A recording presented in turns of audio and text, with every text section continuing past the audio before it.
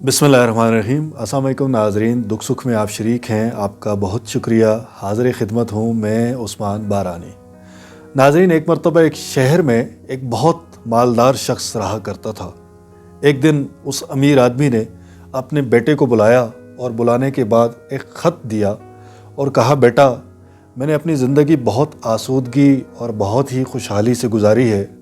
मेरी सारी ही ख्वाहिशें अल्लाह ताला ने इस दुनिया में पूरी की हैं, ताहम मेरी ये ख्वाहिश ऐसी है कि जिसको अभी तक मैं पूरा नहीं कर सका। ऐसी एक हसरत है जो अभी तक तशनाए तकमील है, जो मैंने इस ख़त में अपनी वसीयत की सूरत में लिख रखी है। और जब मैं फ़ौत हो जाऊं तो मुझे दफन करने से पहले आपने इस ख़त को खोलना है, इसको पढ़ना है और इसके अंदर लिखी हुई जो मेरी वसीयत है उसको पूरा करना है।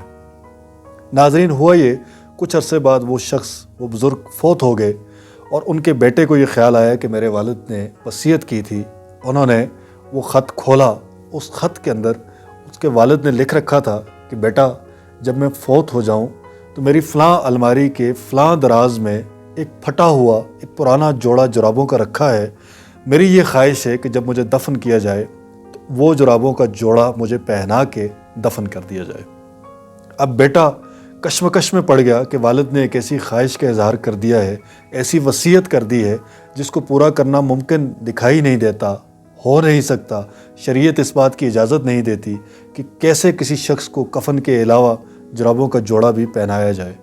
बेटे ने अपने जितने अजीज़ व अकारब थे सबको इकट्ठा किया, उनके सामने ये मसला रखा और उनकी राय मांगी, लेकिन वो सारे किसी नतीजे पर पहुँच न सके, कोई राय दे न सके। अब बेटे ने शहर के जितने उलमा, जितने इलामे, जितने मशाइख थे सबको इकट्ठा किया और उनके सामने ये मामला, ये मसला पेश किया और उनकी राय मांगी कि आप राय दीजिए। एक तरफ मेरे वालिद की वसीयत है, उनकी ये ख्वाहिश है कि उनके साथ ये फटा पुराना जोड़ा जुराबों का ज़रूर दफन किया जाए, ये उनको ज़रूर पहनाया जाए। दूसरी तरफ शरीयत के अहकामात इस बात की इजाज़त नहीं देते। अब आप मुझे बताइए कि इस सूरत में मैं क्या करूँ। उलमा और मशाइख ने कहा कि बेटा, इस सूरत में हम तो आपको किसी सूरत ये इजाज़त नहीं दे सकते कि आप जुराबों का जोड़ा उनको पहनाएं, क्योंकि शरीयत इस बात की इजाज़त नहीं देती। अब बेटा मज़ीद कश्मकश में पड़ गया। एक तरफ जनाजे का वक्त तय है, मेहमान, जनाजे में शिरकत करने वाले लोग सारे के सारे आप मौजूद हुए हैं और जनाजे को ताख़ीर हो रही है, और दूसरी तरफ ये एक ऐसा मसला है जो हल नहीं हो पा रहा।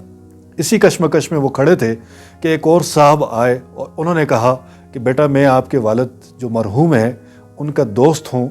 उन्होंने अपनी ज़िंदगी में एक ख़त मुझे भी दिया था कि ये मेरे बेटे को मेरी वफ़ात के बाद दे देना।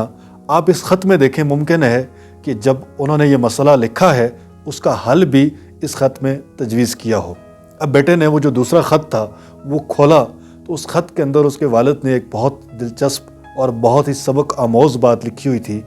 उन्होंने तहरीर किया हुआ था कि बेटा देखो, मैं जो इस शहर का सबसे अमीर आदमी था, सबसे मालदार आदमी था, मेरे पास सैकड़ों कोठियाँ थीं, सैकड़ों गाड़ियाँ थीं, माल, नौकर चाकर, ज़ेवरात, हीरे जवाहरात, सारी ही चीज़ें मौजूद थीं और ज़िंदगी में कोई ऐसी ख्वाहिश नहीं थी जिसके ऊपर मेरी दस्तरस ना हो।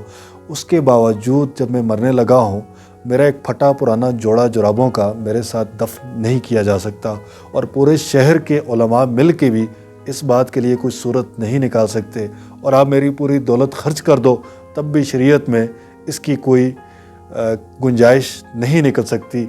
इस बात से आप अंदाज़ा लगा लें कि हमारे माल की, हमारी इज़्ज़त की, हमारी हैसियत की, हमारे इक़्तिदार की, हमारी हुकूमत की असल में हकीकत क्या है और ये हमें किस सूरत में काम आ सकता है। तो मेरे बेटे, मेरी आपको ये वसीयत है, ये मेरी नसीहत है कि अपनी ज़िंदगी इस तरह से गुजारना कि उसमें दर्दमंदों, ज़ईफ़ों और ऐसे लोगों को मदद करना जो मोहताज हों, जो ज़रूरतमंद हों, जिनको आपकी मदद, आपकी मोहब्बत, आपकी हमदर्दी की ज़रूरत हो, क्योंकि यही वो ख़जाना है, यही वो दौलत है जो आप अपने साथ ले जा सकेंगे और जिसका आखिर में आपको कोई रिवॉर्ड, कोई सिला, कोई जज़ा, कोई सवाब मिलेगा। नाज़रीन, ये बहुत ही सबक आमोज़ बात थी, एक ऐसा वाक़या है कि जिससे हमें सीखने को बहुत कुछ मिलता है। इस सिलसिले में आप अपनी राय, अपनी तजावीज़ से आगाह कीजिए। आपका बहुत शुक्रिया। जज़ाकल्लाह खैर।